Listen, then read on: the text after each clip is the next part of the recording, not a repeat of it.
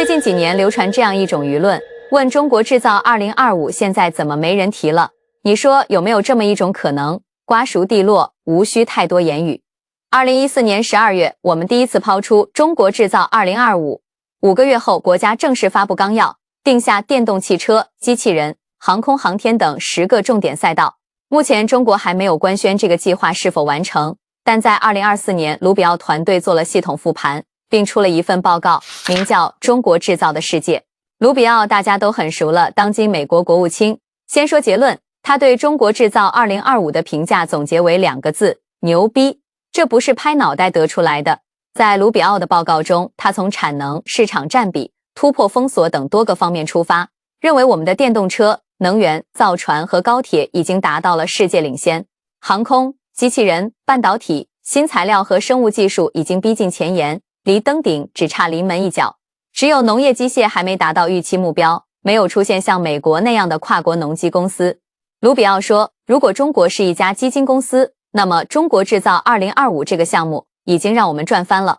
当然，这篇报告不排除有捧杀成分，目的是让美国高层加大对中国的封锁。但即便不考虑这个因素，就论咱们的直观感受，这几年国家制造业的成果的确是有点像夏侯惇看路易16，一眼望不到头。大家好，我是微笑，今天我们聊聊中国制造2025是如何熬过来的。中国制造2025只是咱们制造强国的第一张牌，后面还有2步。过去10年，中国的外部环境不能说一片大好，但也算得上是穷山恶水。16年南海危机，18年贸易战和美国投资审查，接着是3年疫情，20年中印冲突，22年又遇到芯片卡脖子，加上国内又在面临不断的经济下行趋势，在这样内忧外患的情况下，我们为啥要提出中国制造2025？2008年金融危机后，美国发现光靠金融服务和消费已经挡不住经济动荡了。当时的奥巴马政府首先抛出美国复苏再投资法案，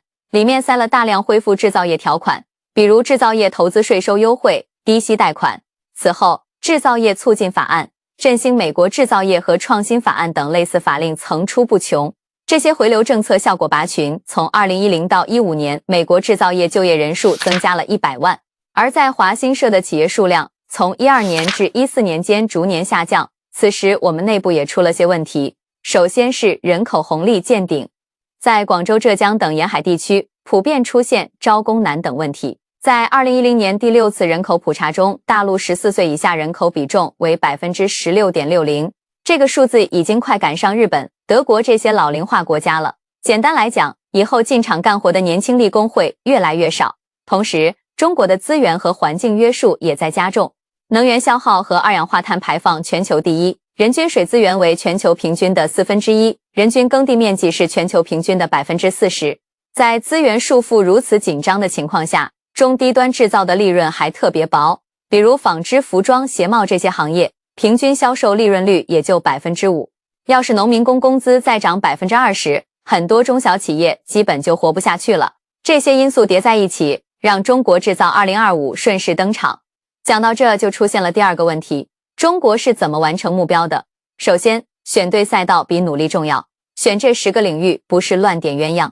上面在决策时很有针对性，有些是缺啥补啥，比如半导体、机器人；有些是高铁这种扩大优势的，还有押宝多年的新能源电车、电力装备。这里面既有我们的强项，也有需要垫垫脚才能够到的。讲的是一个蜀道有难易。就像看电影，不能只欣赏那种直奔主题的，也要挑些剧情饱满、鞭辟入里的片子。在这盘要下10年的大棋中，我们的套路是国家带路，市场冲锋，政府先下场，把情绪价值拉满。比如重仓多年的新能源汽车。世纪之交，我们的汽车工业规模相当可观，但合资品牌占到90%以上。中国在内燃机赛道要超过德日美这些老牌强国，不是说完全没戏，但要补齐跨领域的体系化产业链，核心技术配方不是强蹭流量就能复制的。这是西方那些老牌车企积累多年的深水区，我们想正面硬刚，难度的确有一点大。于是在2001年，国家将发展电车作为弯道超车的突破口。据对消费者来说，区别只是用油还是用电，但对汽车工业来说，是把竞争领域从别人深耕数10年的发动机加变速箱变成了没人知道该怎么搞的电池、电机和汽车软件。好处是所有人一起从零开始，坏处是要和油车抢市场。资本是逐利的，商人对不能马上变成钱的东西没兴趣。所以在2013以前，政府不仅要亲自下场当甲方，还拨了300多亿的财政资金，在25座试点城市推广使用电车。虽然这时全国在跑的电车也不过4万辆，且80%以上都是公共用车，可资本已经被100亿补贴缴得心猿意马了。蔚来、小鹏、理想都是在这个时候入场的。在2018年的巅峰时期，中国电车企业数量超过400家，但坑爹的是，早期电车的补贴和监管比较随心所欲，政府按照车企的销售量，最高可以给到每辆纯电车6万的补贴。于是就有车企开始想办法了，他们自己成立租车公司，虚增销量骗取中央和地方补贴。国家一看不行，花这么多钱养了一帮骗子公司，所以设计了一套新制度，也就是双积分。双积分管理包含了所有生产和进口车企。在这套制度下，长城、丰田这些以油车为主的企业必须向比亚迪、特斯拉这类电车龙头购买新能源积分来抵扣燃油积分，否则第2年油车企业就不能销售新车。而在2024年底，比亚迪账上的可交易新能源积分值46亿人民币，特斯拉有16亿，这就倒逼大家都要上马新能源车，同时还得把电池能量密度、续航里程都提上去，不然就跟不上积分政策的节奏。我们就是国家亲自下场加产业政策配套，推动整个电车行业不停地向前发展，直至世界第一。除了让10个重点行业吃到了红利，中国制造2025有其他作用吗？首先是我们形成了一堆非常耐造的产业群，比方说半导体、电力装备和新能源车就是一个产业群。过去跨国公司的产业转移都是单厂搬迁，说白了就是看哪国的劳动力便宜。制造业从美国到日韩再到中国，一路都是追着低工资跑。但如果有了完整的产业群，想把整个体系一起搬走就难多了，配套、技术、品控，样样都在拦你，门槛自然抬高。拿前2年苹果来说，苹果把部分产业线转到印度后， iPhone 15的良品率立刻掉到了 50%， 远低于市场标准。这让库克很快又把一部分产能调回了中国，说明在当前的全球化趋势下，光靠便宜的劳动力已经无法形成制造业优势了。中国的制造业长处已经从过去单一的廉价劳动力，变成了一群训练有素的产业工人，高配的政府和市场环境，最夯的基础设施和一大批十分先进的产业集群，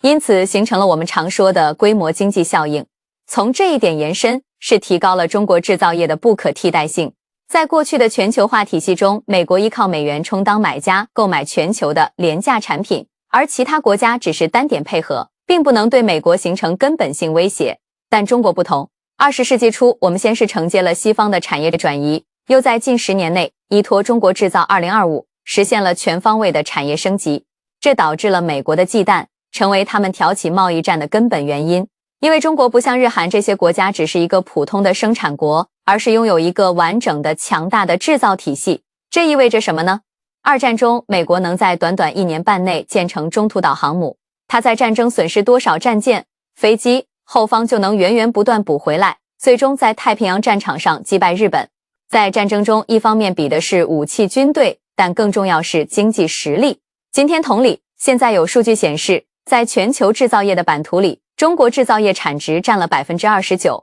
美国只有 16%。 换句话说，中国一个国家比美国加德国加日本的总和还要多1到2个印度。要知道20年前我们在全球的制造业占比还不到 9%， 那时是我们要去接轨世界产业链。可20年一转，现在哪个国家要搞工业化，反而得想办法接上中国的产业链。你看中国卖给美国的产品几乎都是手机、电脑、家电这些工业品，美国卖给中国的主要是农产品、能源、高端制造类产品。你想想，农产品和能源的替代渠道一大把，中国不从美国买大豆，也可以从巴西买，也可以从阿根廷买。石油天然气可以从伊朗、俄罗斯进口。以前我们比较担心的高端制造，像半导体、飞机、零部件，中国现在也有国产可以替代了。但是美国从中国进口的手机、电脑呢？你去找印度、越南这些地方还真不如中国造得好。所以在上半年的贸易战中，美国对手机、笔记本等电子产品采取的是延后或豁免处理，